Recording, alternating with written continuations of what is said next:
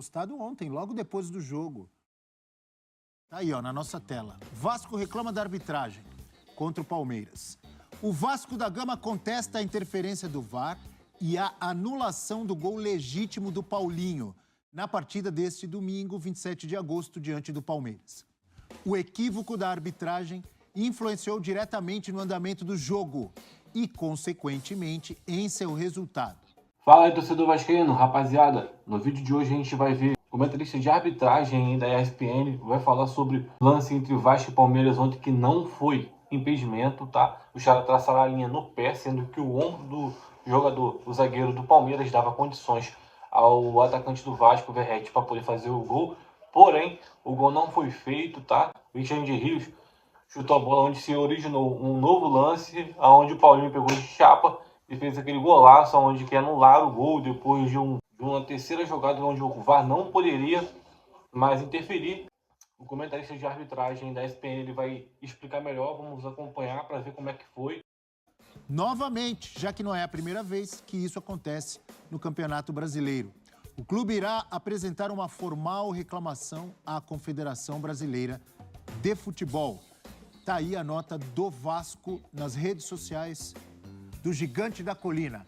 Carlos Eugênio Simão está conosco para falar exatamente sobre esse gol anulado. Qual a sua análise? A arbitragem errou, acertou? Bom dia, Simão. Bom dia, Abel, Natália, Eugênio, professor Celso, a todos que nos acompanham. Para mim, a arbitragem errou. O gol foi legal. Tá? E aí nós vamos decidir que é um lance de interpretação. Tá? Porque quando a bola é cruzada pelo Piton, o Verratti está um pouco à frente do penúltimo defensor. Está em posição de impedimento. Tá? Ele vai chutar a bola, cabecear a bola, o Murilo afasta, volta para ele que chuta a bola. E aí é que entra a discussão. O Richard Rios afasta, ele tem uma ação para afastar a bola. Se fosse o Ademir da Guia, colocava no peito e saía jogando. O Richard Rios, ele chutou a bola. Ou seja, é outra jogada, é outro lance. Então tudo que ficou para trás, o VAR não tem que se meter mais. E aí vem o jogador do Vasco, faz um bonito gol de fora da área, né? E o VAR acaba se metendo onde não devia, volta, chama, sugestiona o árbitro, e aí outro erro. Porque um lance interpretativo, e evidentemente que eu respeito todas as opiniões, o Wilton Sampaio, ele deu o gol, e o Vitor Hugo, o assistente, também. A decisão de campo foi gol. O VAR é que se meteu. Então, como um lance interpretativo, o Wilton tem que chegar e dizer, não, para um pouquinho, eu vou ver essa jogada no monitor, me coloca ela que eu vou analisar. Chama o assistente também e os dois, não tem problema nenhum, analisam a jogada. Porque é uma jogada interpretativa. E a decisão final tem que ser sempre do árbitro de campo. Eu tenho chamado muito a atenção, Abel, a isso, porque me parece, eu não posso afirmar categoricamente, de que tem uma voz do além que está vindo aí, que os árbitros estão mudando as suas decisões. Exemplo clássico, por exemplo, Fluminense e Olímpia, que nós fizemos a semana passada, o Cano dá uma bicicleta sozinho para a linha de fundo, o árbitro uruguaio marca escanteio. Depois de um determinado tempo, que não aconteceu nada, o árbitro tira a bola do escanteio e põe tiro de meta. Eu estava na transmissão e disse, só um pouquinho, de onde é que veio essa informação? Então, essas coisas, sabe, que já disse a vã filosofia, mais coisas do céu e a terra do que a nossa vã filosofia, já disse o filósofo. Então, eu acho que o árbitro de campo é que tem que tomar a decisão sempre. Sempre a decisão final do árbitro de campo. Então, essa decisão, quem deveria ter tomado era o Wilton Sampaio, olhando no vídeo, porque o campo deu gol. E já dizia o saudoso Romualdo Arpe Filho, um dos grandes da arbitragem mundial. Árbitro inteligente não marca aquilo que só ele viu, marca o que o estádio todo viu. Então, para mim foi um gol completamente legal, mal anulado, Abel. Você lembrou de Romualdo Arpe Filho, árbitro da final da Copa do Mundo de 86, não é isso? Isso. Entre a Alemanha e a Argentina. Um dos grandes da história da arbitragem brasileira e mundial. Simão, eu não entendi uma parte aí da sua explicação, da sua análise, quando você disse que o lance é interpretativo. Quando o Richard Rios afasta a bola, então isso não é uma certeza que começa uma nova jogada? Isso é interpretativo, cada um vê de um jeito? É isso que eu entendi certo? Não, porque a minha interpretação é que é um novo lance. No caso, o VAR, o Igor Benevenuto, não interpretou como novo lance, interpretou uma sequência como se fosse o mesmo lance. Para mim é outro lance. Então, por isso que eu digo, como teve outras pessoas que interpretam diferente, ele acaba sendo interpretativo. Na minha opinião, é outra jogada, começa um novo lance, tanto é que eu citei o grande Divino, né, que colocaria a bola no peito. Um zagueiro mais recente, o Cuesta, colocaria a bola no peito e sairia jogando. É outra jogada. Cada um faz de acordo com as suas condições. O Richard Rios resolveu dar um balão na bola. Ele está em posição, aquilo ali não é desvio. Ele está em posição para jogar a bola vem de vôlei, ele dá com a perna esquerda. Então, para mim, ali começa outra jogada. Na medida em que começa outra jogada, é gol legal. Mas, Simon, o que caracterizaria o início de um novo lance? E segundo, qual é a condição de retroagir para ver o VAR? Porque nós temos outras situações, por exemplo, aquela faltinha no meio-campo que acaba anulando o jogo. Muitas vezes essa faltinha é dada também numa sequência em que houve um novo lance. Teve uma dessa no jogo Santos e Ceará. Exatamente. Ano passado. Teve um gol anulado num Botafogo Internacional, que o lance é lá no meio de campo.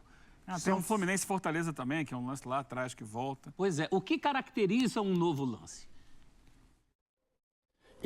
Na minha opinião, o que caracteriza outro lance é quando o adversário pegou a bola. Quando a equipe do Palmeiras pega a bola, aí já é outro lance. Porque chama-se na linguagem da arbitragem APP. Quando vocês citaram outras jogadas aí. Há uma falta no meio-campo, tá? E aí continua a jogada e dá gol. Imediatamente tem verticalidade, pouco tempo de bola e gol. Tá? Aí o árbitro vai lá e olha a falta que aconteceu. Porque o adversário não tocou na bola. Agora, quando o adversário toca na bola, pra mim muda a jogada. Aí eu faço o que eu quero com a bola, eu estou em condições de jogar a bola. Eu perdi a bola, eu passei para o adversário, o problema é meu. É erro técnico meu. Então eu caracterizo isso quando o adversário pega na bola. À medida em que o adversário pegou na bola, é outra jogada. Agora, certa posse da bola, né? O desvio, por exemplo, não está nessa história.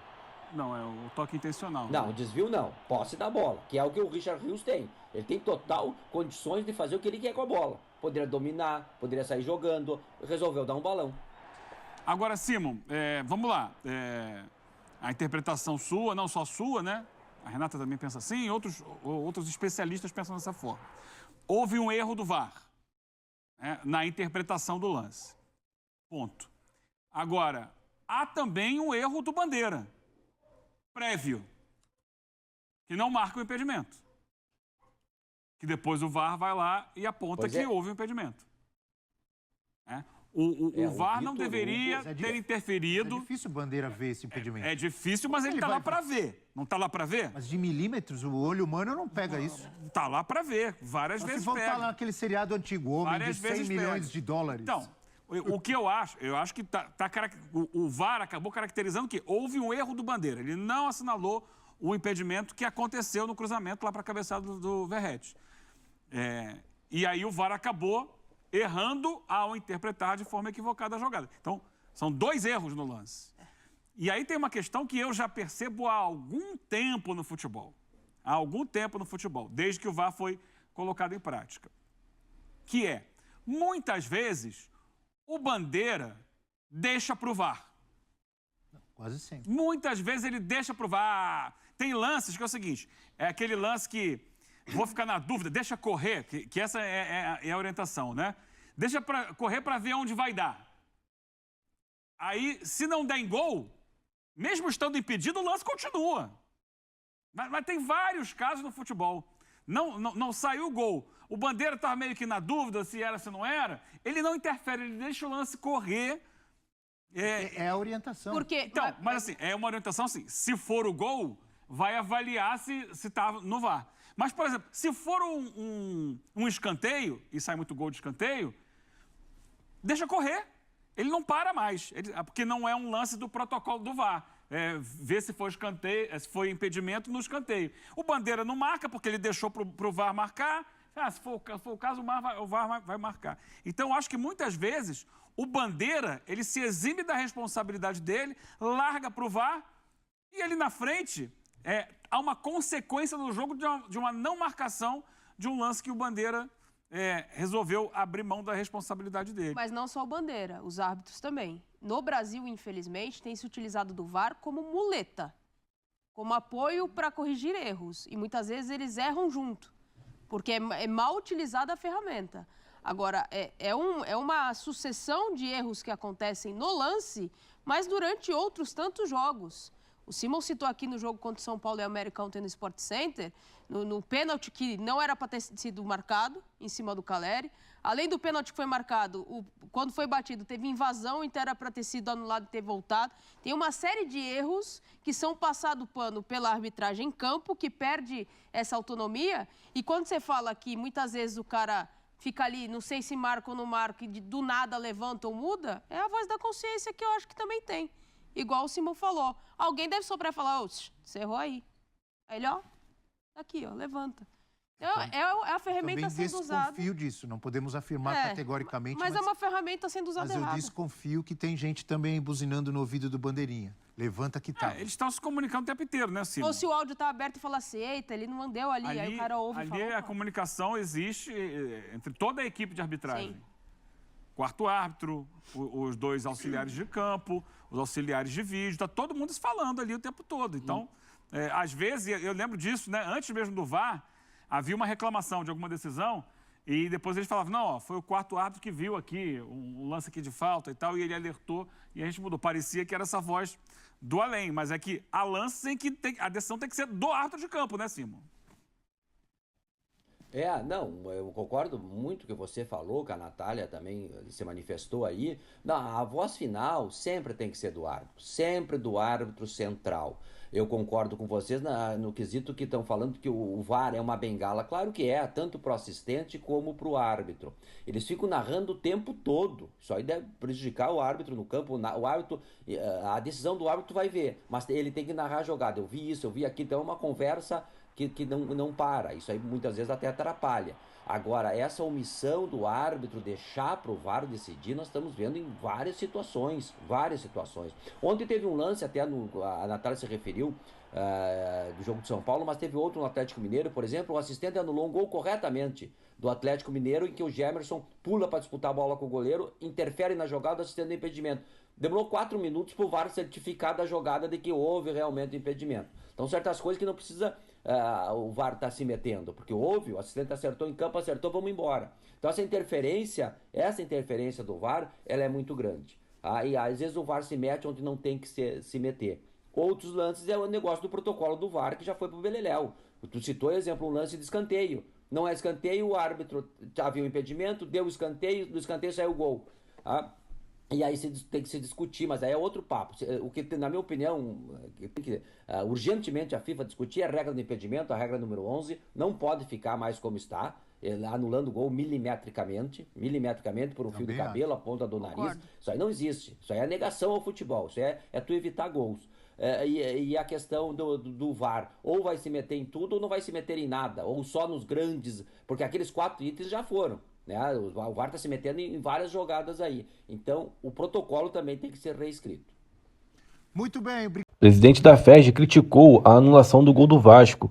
Sinaliza a corrosão. Rubens Lopes, presidente da FERJ e vice-presidente da CBF, criticou a decisão da arbitragem que anulou o gol do Vasco no duelo contra o Palmeiras e afirmou que urge uma reflexão sobre a unificação dos critérios para a formação dos árbitros. O que houve ontem não se limitou somente ao prejuízo de um clube, mas sinaliza a corrosão conceitual e credibilidade na utilização de uma tecnologia extremamente útil, disse o Rubens Lopes. O vice-presidente da CBF afirmou que o erro causa prejuízo à credibilidade na utilização de uma tecnologia extremamente útil. Negligência ou imperícia. O que houve ontem não se limitou somente ao prejuízo de um clube, mas sinaliza a corrosão conceitual e credibilidade na utilização de uma tecnologia extremamente útil, importante, fundamental e promissora de sonhos, mas, lamentavelmente, intercalados por muitos intensos e assustadores pesadelos e fantasmas, apontou a UOL. O dirigente também colocou à mesa o debate entre federações e CBF sobre a unificação dos critérios para a formação e certificação dos árbitros.